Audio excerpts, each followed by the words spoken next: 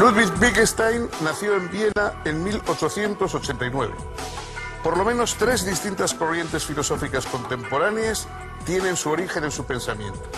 Él, sin embargo, no se identificó con ninguna de ellas. A lo largo de su vida desarrolló 2 diferentes filosofías, la segunda de ellas radicalmente crítica respecto a la primera.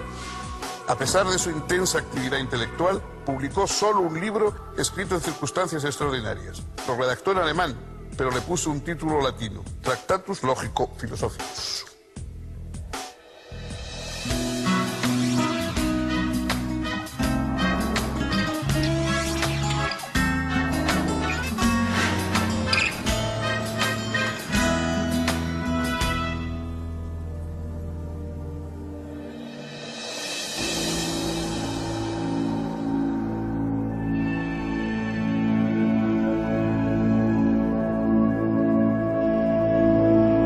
Ludwig Wittgenstein fue el menor de 8 hijos de una rica familia austríaca de ascendencia judía. Su padre era un importante industrial siderúrgico y protector de la cultura. El joven Ludwig fue educado por profesores privados hasta los 14 años. Luego cursó estudios en la Escuela Real de Linz y en la Escuela Técnica Superior de Berlín. Su formación como ingeniero lo llevó a inscribirse en la Universidad de Manchester y luego a diseñar un exitoso motor para aviones. Pronto sus intereses se desplazaron hacia las matemáticas puras y el problema de su fundamentación. El lógico alemán Gottlob Frege, internacionalmente famoso por ese entonces, le aconsejó estudiar con Bertrand Russell en Cambridge. Russell había escrito, junto con Alfred North Whitehead, una obra titulada Principia Mathematica, en la que pretendía deducir toda la matemática de la lógica. Dicho trabajo fue crucial para la constitución de la matemática contemporánea. Wittgenstein la leyó cuidadosamente y decidió abandonar la ingeniería y dedicarse a la filosofía. En 1913 murió su padre, y Wittgenstein se mudó a Noruega. Construyó una cabaña en un solitario fiordo y vivió en profundo aislamiento. Durante un año aproximadamente, trabajó intensamente en diversos problemas de lógica y mantuvo correspondencia con Russell. Al estallar la Primera Guerra Mundial, se alistó como voluntario en la artillería austríaca. Durante los 4 años que estuvo en el frente, llevó en su mochila algunos cuadernos en los que anotaba sus pensamientos filosóficos. En 1918 fue tomado prisionero por el ejército italiano. En el campo de prisioneros de Monte Cassino, Wittgenstein dispuso de tiempo libre para revisar y reordenar sus apuntes. Desde su prisión, gracias a John Maynard Keynes, futuro Nobel de Economía y condiscípulo suyo de Cambridge, logró hacerle llegar una copia a Russell.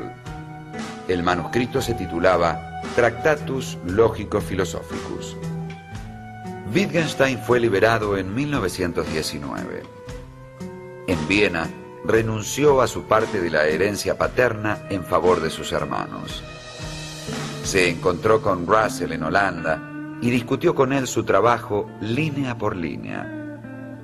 Ciertas diferencias entre las perspectivas de uno y otro se hicieron cada vez más evidentes. El Tractatus Logico-Philosophicus fue publicado en alemán en 1921. Un año después, Russell lo hizo publicar en Inglaterra con una introducción para facilitar la edición del libro. Wittgenstein no aprobaba la introducción de Russell, convencido de que mostraba incomprensión de aspectos centrales de su trabajo. Wittgenstein y Russell se distanciaron definitivamente.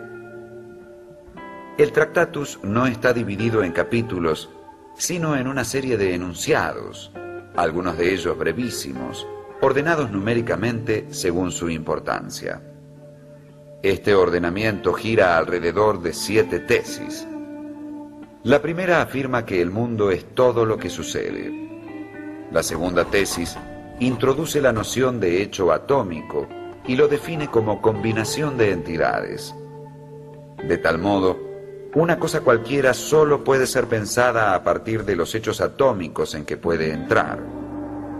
Puedo pensar esta silla, por ejemplo, solo a partir de los hechos en que ella puede aparecer, como el que alguien se siente en ella, o se pare en ella, o que se le ponga junto a una mesa, o cerca de una puerta, etc.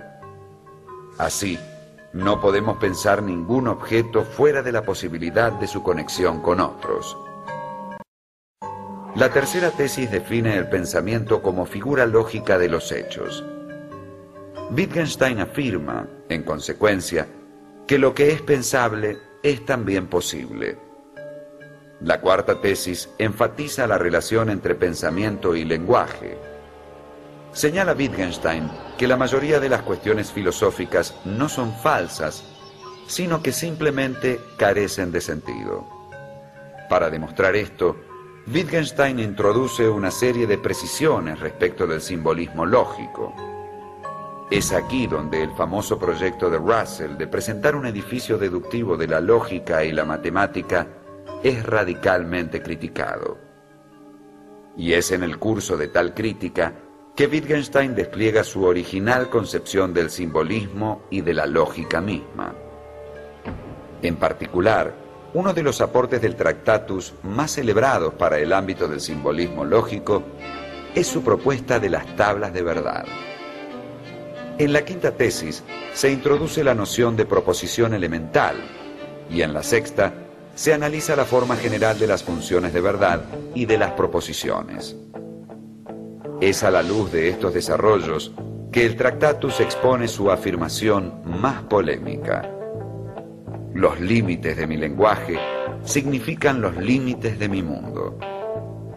Esto significa, en primer lugar, que los límites del mundo son también los límites de la lógica. Nada podría ser ilógico, porque si lo fuera, no pertenecería al mundo. En segundo lugar, que el mundo es mi mundo, de modo tal que yo soy mi mundo. Y en tercer lugar, que el lenguaje es comprendido como esencialmente privado. Contra ello reaccionaría el propio Wittgenstein en su obra posterior. Además de ocuparse de los problemas del simbolismo lógico y de refutar breve y sistemáticamente el proyecto de los Principia Mathematica, el Tractatus intenta describir la estructura del lenguaje proposicional en general y delimitar lo que excede esa estructura. Ese exceso es lo que Wittgenstein llama lo inexpresable o lo místico. Finalmente, la última tesis del Tractatus, de lo que no se puede hablar, mejor es callarse, es quizás la más famosa.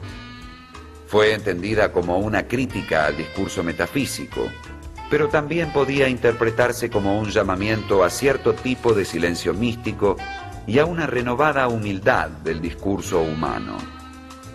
El propio Wittgenstein declaró en el prólogo que lo más importante de su obra no era lo que decía, sino precisamente lo que callaba.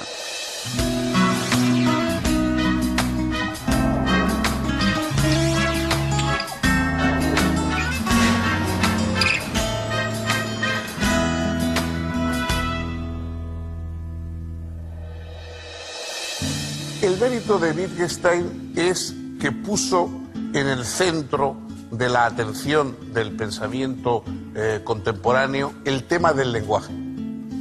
Para Wittgenstein el verdadero problema es el lenguaje.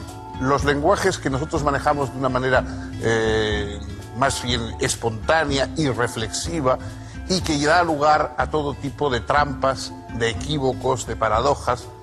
¿Hay la posibilidad de hacer un lenguaje que realmente sea una verdadera descripción del mundo tal como es? Un lenguaje purificado de alguna forma de todas esas ambigüedades que lo constituyen habitualmente. El Tractatus es un esfuerzo por una teoría del lenguaje. Intenta ser una teoría del lenguaje y a través del lenguaje una teoría del mundo. Cada uno tenemos un mundo y el mundo es eso que nos viene a través de nuestro lenguaje. Las proposiciones del lenguaje representan de alguna forma el mundo que existe. Entre su obra póstuma se destaca su libro Investigaciones filosóficas. Allí critica la concepción del lenguaje privado que había defendido en el Tractatus. En esta crítica se produce una importante profundización de la comprensión del lenguaje.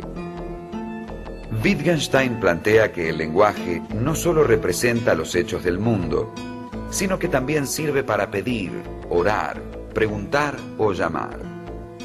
No puede reducirse, pues, el fenómeno lingüístico a la función descriptiva o informativa. Y cuando se analiza el lenguaje en todas sus manifestaciones, se deja ver que se trata de una relación interpersonal. Estudiar un lenguaje o un uso de un lenguaje es estudiar una forma de vida social. Y en ella nos relacionamos mediante diferentes juegos. Alcanzar una comprensión adecuada del lenguaje no significa más que comprender los diversos juegos de lenguaje en que nos vemos involucrados. En el Tractatus, Wittgenstein había entendido a la filosofía como una terapéutica. Esa noción se agiganta en las investigaciones lógicas. La filosofía debe aclarar los conflictos en que nos vemos envueltos cuando confundimos los juegos de lenguaje que jugamos. Debe mostrarnos que estamos jugando mal cuando despojamos a las palabras de sus usos cotidianos y sus situaciones concretas. Es lo que habitualmente ocurre cuando los filósofos tradicionales persiguen esencias puras. En realidad, no hay un orden perfecto a descubrir, sino una innumerable dispersión de órdenes posibles establecidos desde los juegos de lenguaje en que cotidianamente participamos y las respectivas prácticas sociales. Aquí se anudan el Tractatus y las investigaciones, en la noción de que la filosofía no es, en última instancia, una teoría o una doctrina, sino una actividad.